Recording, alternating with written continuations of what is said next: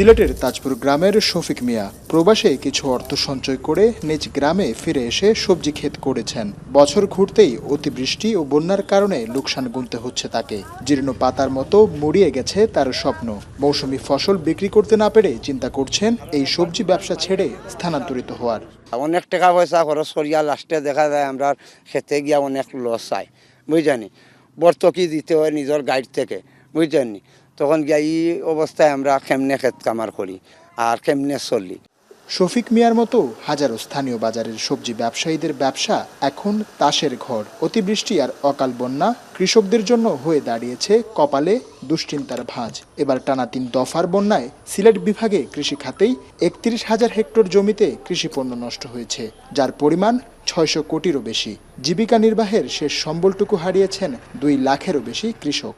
খেত করি হচ্ছে প্রত্যেক বছর খালি মাইট খাই, প্রত্যেক বছর মাইট খাই, গাড়ি থেকে কত ইয়ে করবো। কৃষিক্ষেত করলে কারণে একদিন জড়ি দেয় যদি, তাহলে এই পানিগুলো আর কমে না, যার কারণে গিয়ে আমরা কৃষিক্ষেত নষ্ট হয়ে যায়। পানির কারণে যে সবজি উত্তোলন করতাম সম্ভব হয় না, কারণ সাবজি হয়েছে গিয়ে পানির মরা, কারণ তারে সব সময় পানি খাঞ্জি নিয়ে দিয়া যাও ২-৩ মিনিট লাগাইতে পারছে না, ওই তো না।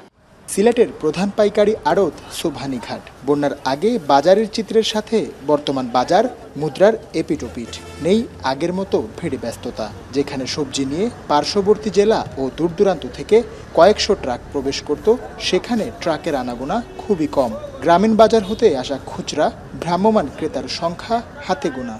বাড়তি দামে বিক্রি করতেছি, আবার বাড়তি দামে কিনা লাগে, এই কারণে বাড়তি দামে বেচা লাগে। তো অনেক ক্ষতি হয়েছে, মালের অনেক দাম বাড়ছে, অনেক জায়গায় বন্ধে নষ্ট হয়েছে সবজি, লস হয়ে গেছে। আমরা ব্যবসা বন্ধ, একদিন মাল লইতে পারলে আরেকদিন লইতে পারি না, সবজির দাম বাড়তে আর কি।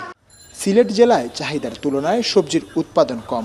সবজির জন্য সুনামগঞ্জ সহ বিভিন্ন জেলার উপর নির্ভর করতে হয় সিলেটকে। এ সংকটে খুচরা বাজারেও সবজির দাম বেড়ে হয়েছে দ্বিগুণ থেকে ৩ গুণ। ভোক্তা থেকে খুচরা বিক্রেতা সকলেই রয়েছেন অসহনীয় ভোগান্তিতে। কোনো সবজি ১০০ টাকার নিচে নাই, ১০০ টাকার উপরে সবজি। যেমন এক হালি টাকা আপনাদের সামনে দাম করলাম ৬০ টাকা। 3টা সবজি কিনবো, এখন আমি দেখতেছি যেটা নাকি কালকে ১২০ টাকা ছিল, এটা ১৪০ টাকায়। বরবটির কেজি ১৪০ টাকা। ৫০০ টাকা নিয়ে আইলে হলে সব বাজার নিয়ে যাবো। এটা দেখা গেছে এক তরকারিও নিয়ে যেতে পারে না। ১ কেজি পেঁয়াজ আর ১ কেজি ওই বরবটি নিলে ৫০০ টাকা শেষ হয়ে যায়। কাস্টমারেও বুঝাই লাগে কষ্ট করিয়া, মনে করেন মালটা খুব কষ্ট হয়ে যায়। ৭-৮জন মানুষ বর্তমানে এখন রুস্টা পাওয়ানি খুব কষ্ট হয়ে যায়। সম্পূর্ণ কাকরুল থেকে ধরে, ঝিঙ্গা থেকে ধরে, পেঁপে থেকে ধরে সম্পূর্ণ সারা মালের দাম ১০ টাকা ২০ টাকা ডিফারেন্স। মাল ছিল কেজিতে ৫০-৬০ টাকা, যে কোনো মাল ১০০ টাকা ৯০ টাকা, এর নিচে কোনো মাল নাই। কৃষি সম্প্রসারণ অধিদপ্তর বলছে, অতিমাত্রায় বন্যা পরিস্থিতি সৃষ্টিতে স্থানীয় বাজারে প্রভাব, মৌসুমি ও অন্যান্য সবজির বিশাল সংকটের সৃষ্টি হয়েছে। আবাদ করা হয়েছিল ফসল, আর সেই ফসলগুলো নিমজ্জিত হয়ে যাওয়ার কারণে আমাদের স্থানীয় বাজারে এই সংকটটা দেখা দিয়েছে। এখন আমরা প্রস্তুতি নিয়েছি খরিফ 2 মৌসুমে আমাদের ফসল যাতে কোনো প্রকার ক্ষয়ক্ষতি না হয়, সেই ব্যবস্থা আমরা গ্রহণ করেছি। বন্যার পর বহুমুখী সংকটে দিন কাটাচ্ছে সিলেটের মানুষেরা।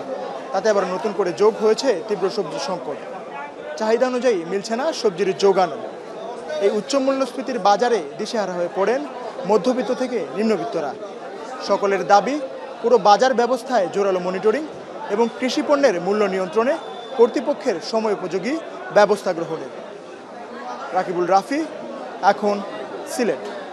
শিয়া বাটার ও ভিটামিন ই সমৃদ্ধ lily glam beauty soap. Lily, always beautiful.